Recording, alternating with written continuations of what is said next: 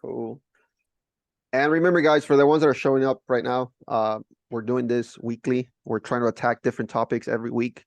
We're trying to come from we want to be able to support your business, right? This presentation is mainly targeted for our own agents at Houstir, and so also our referral partners. But we want everybody to benefit. I mean, a lot of this stuff you can find, right, out there. But I think that the more you practice and the more you hang out with like-minded individuals who are trying to achieve the same goal, the better that you're going to get, the more results you're going to get, and the better mindset that you're going to have. And you're just going to start with the right foot every single day, right? And all of these webinars we're doing are all pure value. There's no fluff. There's nothing else in it. It's all value. It's all stuff that we're doing on a daily basis. The reason you should listen to us is because Roberto's a systems guy. Roberto Salas is a systems guy. He built a beast of a system for Houstir with the CRM, with follow-up tools, with AI, with all kinds of good stuff, some great lead generation stuff. And I'm a salesman. I'm a real estate broker professional that's had hundreds and hundreds of agents on my team before, and now having thousands of agents across the country as partners at Houstir, and a local team as well, and an office that Roberto and I have built in Tijuana with a support team to support all of you guys, really, all of us, part of Houstir, the referral partners, all the agents that work closely with us. So that's one of the reasons you should listen to us. The team in TJ only does maybe a few hundred phone calls for us every day and convert probably several deals every day to prospects. So if that's not enough credibility, I don't know, unless you have a better way of judging the credibility, right? But from there, we're doing this because one of the main things that the team in TJ that's doing a lot of the phone calls is they get objections every day. So we're always helping them to understand the objection, and learn to attack it in a way that makes sense. And we change the buyers and sellers mindset from objection, objection, objection to yes, a yes, a yes, a yes is super important. So that's why we're here. We're here to help you handle objections and convert those objections into positive responses and turn them ultimately into yes, yes to the house or yes to the listing of their property. So Roberto, go ahead and kick it off, and then we'll start going from there. Some people are trickling in, but we'll just keep going. All right, cool. So we're going to get started, guys. And again, remember, we're doing this every week. If you guys want the recording, just type in the chat recording, and we'll send it to you. If you're watching this on the replay, remember, we do this every week. Send us an email and we will get you an invite for our next Thursday's call. We're changing the topic. Today is going to be more about, an intro to objection handling. We're going to talk about most common objections. But at the same time, we do want to get into the rhythm of role playing, right? It's okay to have the theory. It's okay to have the knowledge and know exactly what to say. But if you don't practice daily, then you're not really getting the most of understanding how to handle these objections. Some of you guys here who are watching right now or watching on the replay, have gone through objections with hundreds of clients. Some of you are probably brand new, right? And ideally, you start to practice these with yourself in front of the mirror, or you start, making calls. There's a lot of newer agents out there who are struggling at conversion. They're really good at lead generating, but they are not that great at converting them to that first conversation, And right? real quick, even with that, Roberto, one of the things that converting them to the first conversation, second conversation, third conversation, whatever it may be, what Roberto is saying subconsciously is we suck at follow-up as real estate agents usually, and brokers. That's what he's saying. I want to be really blunt and clear with you guys. That's why he's built such a robust back-end system for us. That's why you need to have a system. You need to have follow-up. You need to have the tools in place to help us do that as real estate agents. That's what he's saying. He's saying we suck at following up. We suck at following through. So that's what he said. I just want to make sure we're clear on what he just said. Yeah, I don't like to be as clear as David sometimes, but that's why he's such a good salesman, right? So we're going to cover some of the most common objections that we hear when we're trying to talk to buyers, when we're trying to talk to sellers, and just a few tips to overcome those. And most importantly, guys, we want to hear from you, right? We want to hear from you. What type of objections are you getting right now? How are you handling them? What is your market like right now? Are you getting a lot of buyers? Are you getting a lot of sellers? What type of conversations are you getting? You know, how far are your buyers out right now? Are you able to find buyers that are ready, willing, and able within the next 90 days? Are they ready within the next 6 months? And most importantly, right? And this is a topic we're going to cover next week.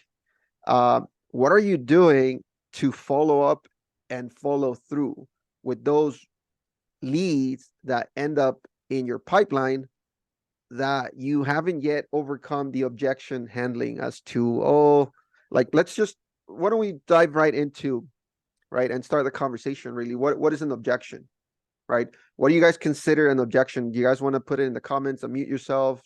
Yeah, Um, I'm going to give some suggestions, and I want to make sure you guys are participating because it's important. And there's sometimes, or maybe an objection that you've gotten that you don't have exactly the right response for sometimes. Let's talk about those. Let's go through them.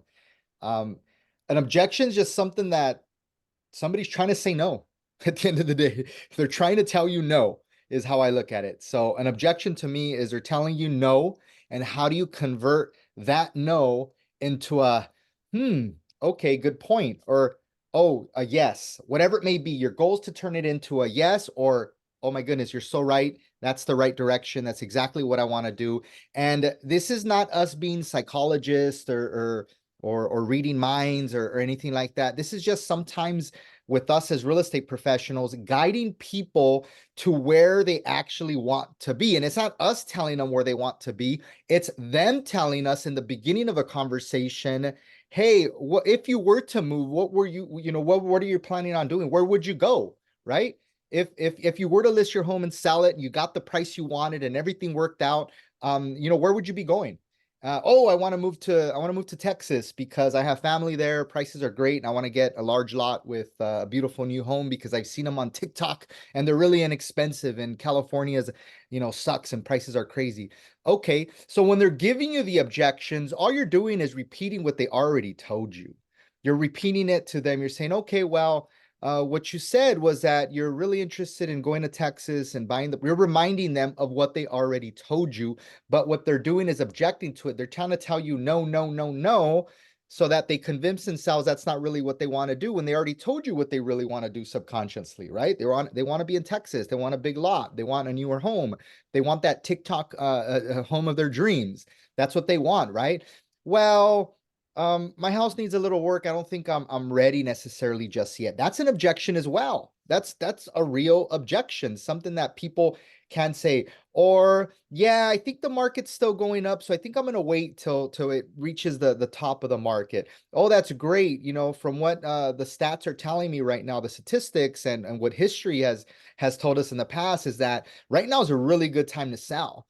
It's selling for a price that hasn't been seen in many years. We're going to help you get top dollar. I'm the best salesman to get you the most money for your home. All these different things that you're trying to handle and trying to convert their objection or their no into a, you're right, I do want to be in Texas. You're right, I should list now. It is a good time to sell. I am going to get good money for my home. It is the right time to get my home off my hands, get me some cash, and then go buy another property elsewhere.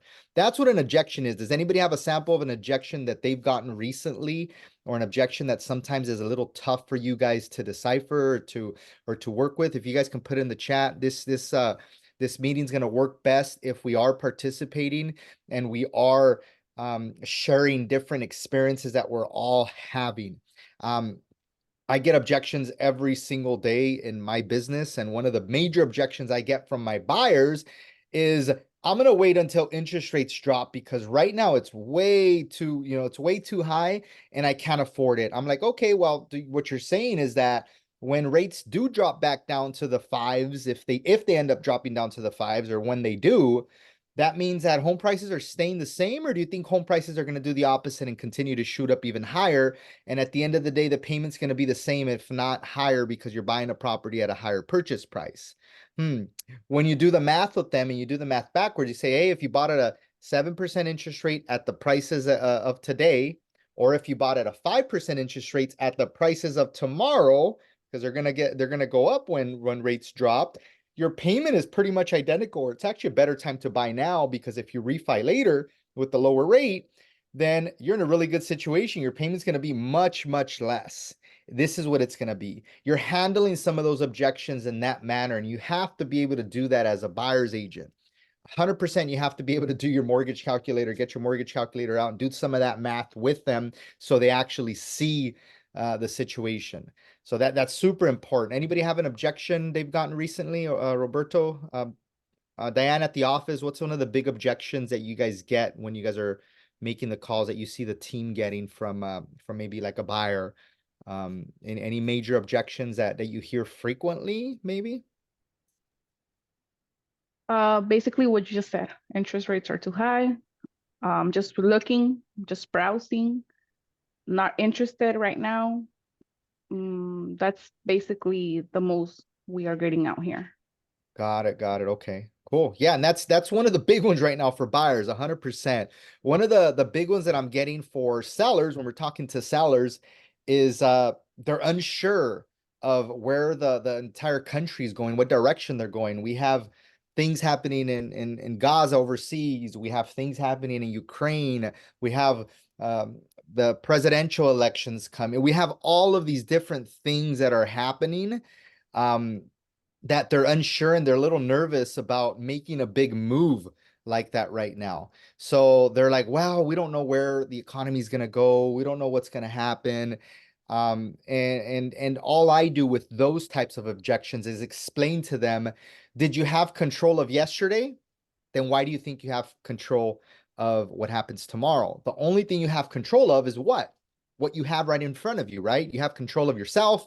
You have control of what you do. You have control of your home. You have control of that stuff. You don't have control over the market. If the market's going to fluctuate, you don't have control of things that are happening in the country, happening overseas. You have no control. All you can do is continue to push forward to where you want to be. And you told me that you would love to buy a home in Texas, like the TikTok beautiful homes that have a ton of land, are beautiful and new, close to your cousin's house, and you want to be with family, and you love boating, and there's 2 lakes in that area. All these different things. That's the only thing I know. Is that correct? Is that still what you want to do?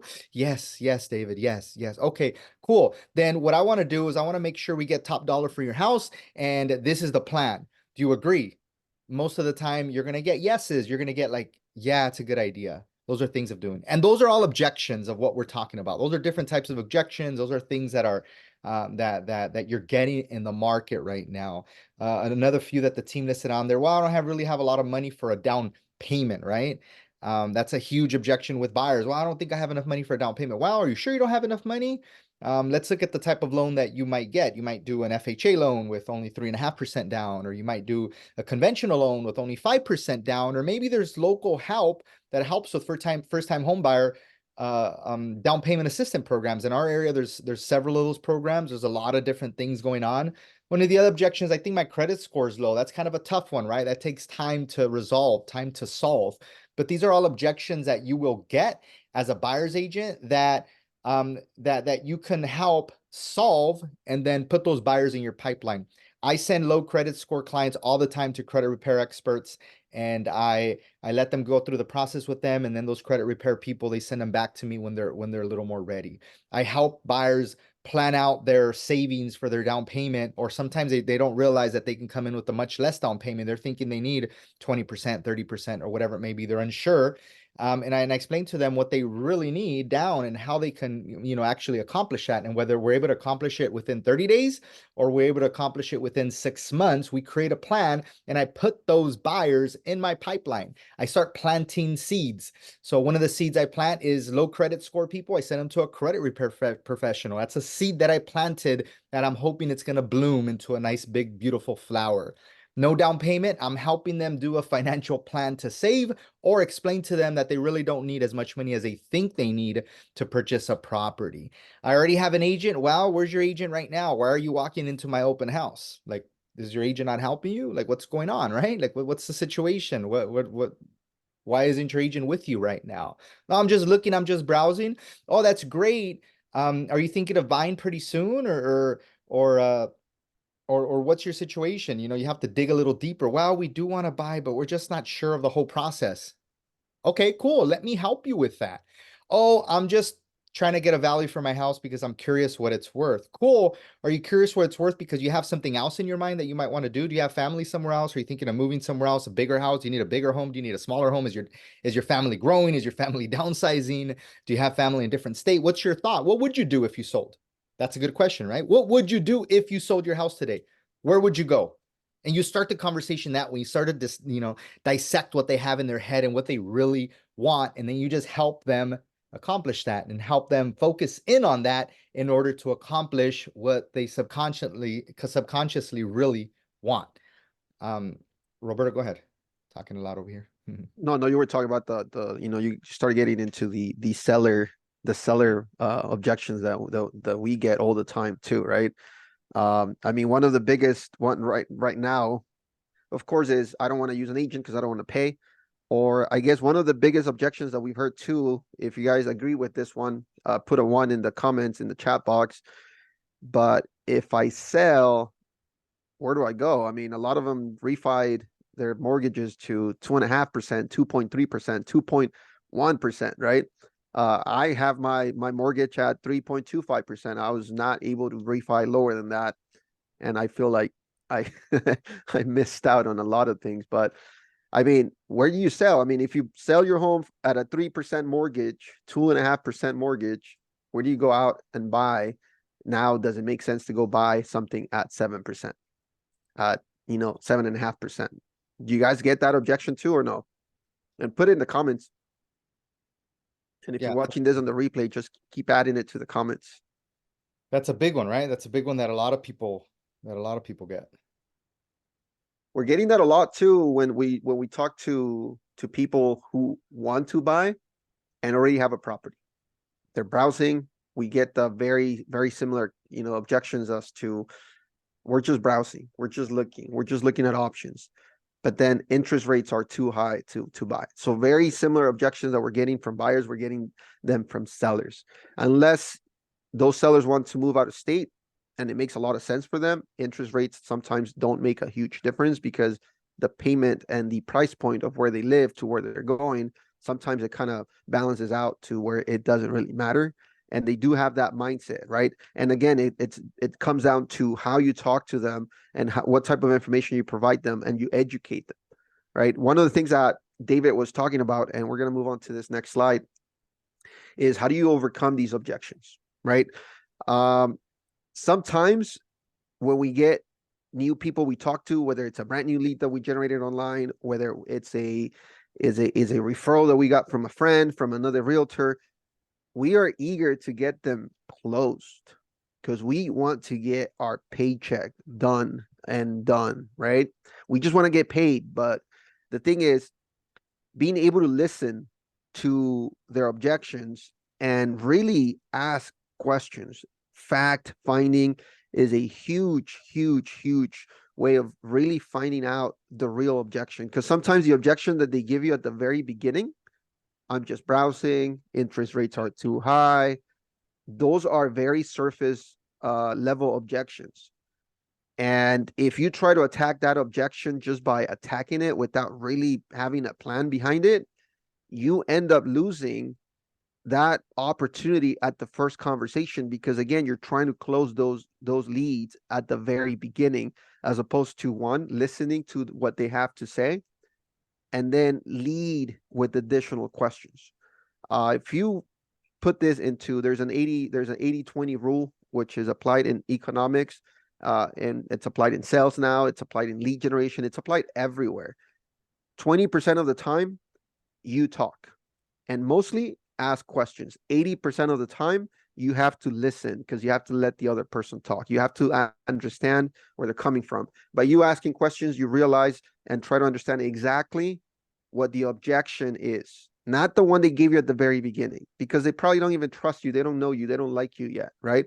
So by you asking all these questions, you understand exactly where they're coming from. You're able to understand the real objection, and now you know how to handle it, right? So if you're not listening and asking questions, you're going to get ghosted. If it's a brand new lead that you get online, you're going to get ghosted. You have to provide as much value and have that mindset that it is going to take time to build relationships with those leads, even if it's a brand new referral, right? Unless it's a referral that it's ready to go, you have to be careful how you handle those objections, because even if it's someone who's willing to buy, is it really an objection, or is it really that they can't? I mean, if your market is homes in the $500,000-$600,000 range and their income is $2,000-$3,000 a month, is it really an objection, right? Hey, interest rates are too high. Yep. The real objection here is that, dude, I don't make enough money to buy a home in my market or any market close by where I can actually go buy. So at that point, it's not an objection, but hey, let's put a plan together to see what we can do in the next 6 to 12 months. And then this person becomes a possible referrer of other clients, because they know you come from a position of value, right? You have a good value proposition. They like you, they know you, and now they start to get you more people to talk to. Things that you can share with people right now, if you have some sort of website that allows them to search for properties, set them up on your MLS, set them up on this website, start sending them market data, reports of what the market is doing, specifically for sellers. Sellers want to know what's going on. Hey, a home sold in a specific area, call your sellers. Hey, this home sold. You want to know what that does to your home right now as far as value goes. You want to know how much they got, how much profit they actually made, and really what the plan was after that. Providing all these information reports over time is going to continue to build that rapport.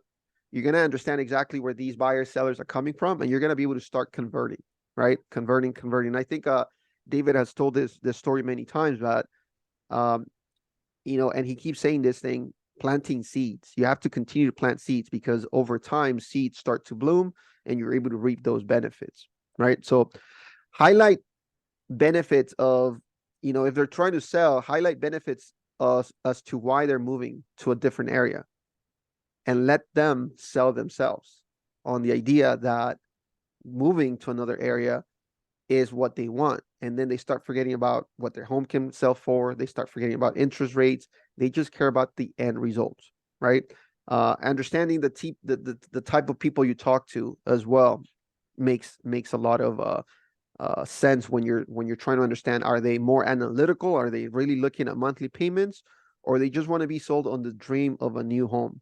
Or they want to get sold on the dream of just getting rid of the property that they have. Maybe they got a huge property, now they're by themselves, kids moved out, and they want to move down. They want to move down because they don't want to deal with the upkeep of that home. So it's just a matter of you fact finding, asking questions, and really building that relationship over time. That's going to get you that that referral, that's going to get you that transaction closed. Also, provide solutions, right? Provide solutions and discuss different plan of actions. If they give you an objection as to, again, same thing, right? Interest rates are high and I don't want to sell. What other options do they have?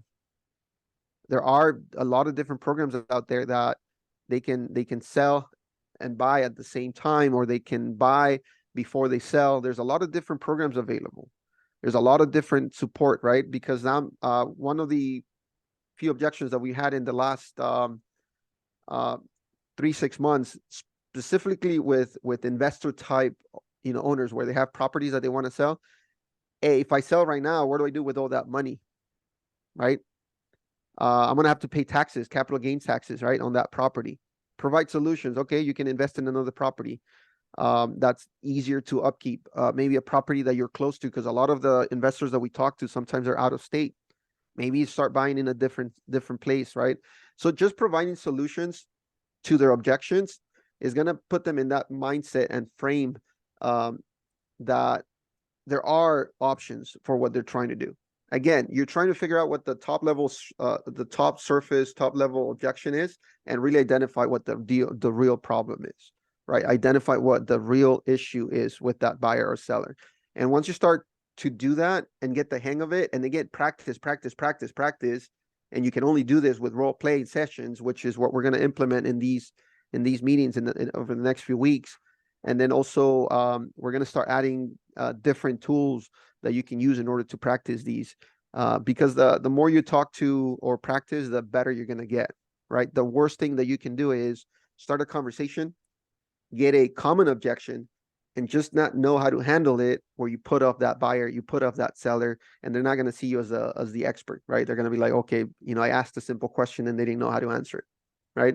So you really have to practice your sales skills. You have to like daily, right? Pick up the phone and start making those calls, right? If you're doing lead generation, pick up the phone and start bringing in those leads onto a call, right? Yes, you're going to have to make maybe a few hundred calls in the span of a month, but if you don't talk to people, you're not going to.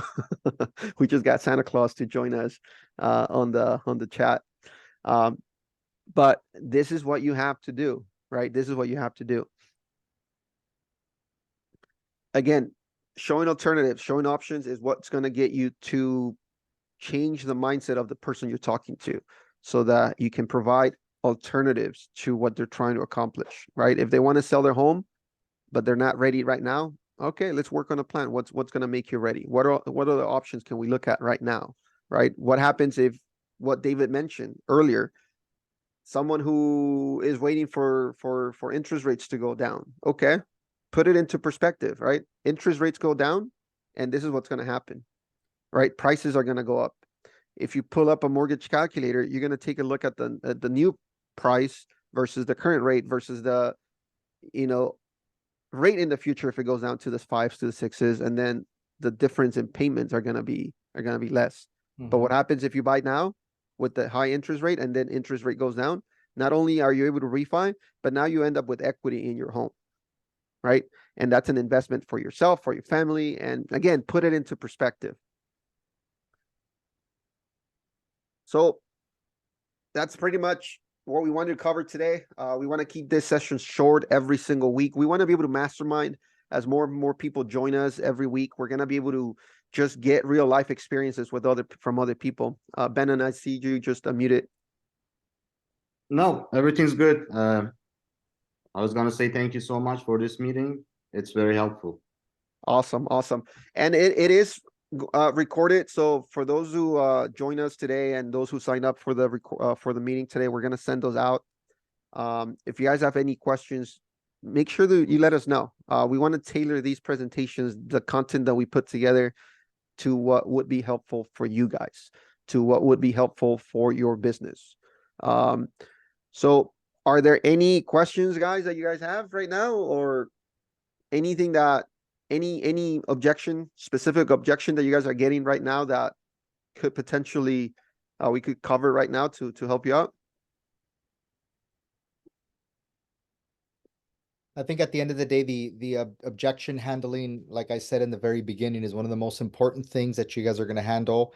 If you're getting the mortgage rate objection, pull up a mortgage calculator, show them the 2 payments. If you buy today at this price and this rate, and if you buy tomorrow at a quote unquote lower rate, say 5%, obviously prices are going to inflate a little bit more, inflate them 5-10%. Give them both options. See, like, this is what it is today, and this is what it would be tomorrow if the rates did drop. This is what it might look like. These are 2 scenarios. What do you think? You're going to find that you're always in a better situation buying today and then refining later, right? Because you're going to be able to explain to them, hey, you buy today with this rate at this price. This is your payment. You buy tomorrow at this payment, at this rate, and at this price, which is going to be a little bit higher price with the lower rate, your payment's going to be here. So in addition, if you bought today, you'd be able to refi later at this other rate, and your payment is going to come way down instead of staying higher because you're buying at a higher property value, even if the rate is a little bit lower. You're always in a better situation if you just explain everything to them that way, and they start to understand that it's always better not to wait. I made a mistake during some of the COVID. I was telling my clients, like, hey, hold on. Like, I thought the world was going to end pretty much, right? I thought that things were not going to happen. And then Trump comes out and gives billions of dollars out to business owners and all this other stuff, and the market starts to explode. I didn't know that was going to happen. Nobody knew that was going to happen, but I was telling people, hey, you should wait till all of this passes. You know, my friends, my family, my close clients. It was a mistake that I made. I made that mistake. Don't make the same mistake that I've made in the past by doing that. If you're ready, willing, and able to buy today, you buy today. You never wait for tomorrow. And you can give that example, give the COVID example. I bought a boat during COVID, $50,000 over sticker price. I bought a new Rover during COVID, $50,000 over sticker price. I bought a new truck during COVID, $25,000 over sticker price. COVID was crazy and everything blew up. Homes went up 25% during COVID. Don't make the same mistakes that I made during COVID. I hope that this session has helped you guys. We appreciate you guys. Any last closing comments, Roberto? You want to tell them what the upcoming class is on? Yeah, so for the upcoming topic next week, we're gonna cover follow-up and specifically follow-through, and then also the advantage of using tools and tech to help you stay, you know, top of mind. And over the course of the next few weeks as well, we're gonna cover one important thing that we always encourage agents to do, which is qualification and objection handling over time, which happens with you. The same content that we've talked about today, you can turn it into a video, right? And discuss these options over video. So if you do this over video over time, the people that are just on the very top of your funnel, they're going to start checking you out and you're going to start qualifying them slowly, right? And the objections that they have in their head, they're going to get answered without you even getting on the phone with them. And if you look at your business as a funnel, as they slowly start watching your content, they start getting, you know, interested in what you're saying. They start getting interested into the objections that they have in their head. You're going to be answering those objections, and slowly they start going through your funnel. And by the time they reach out to you, basically no objections anymore.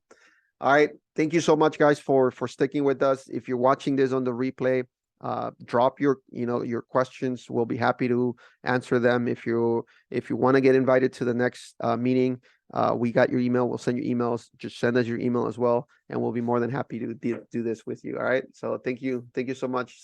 Thanks, Diane. Thanks, Venom. Thank you, Roberto. Thank you Have a so good much. one. All right. Bye-bye.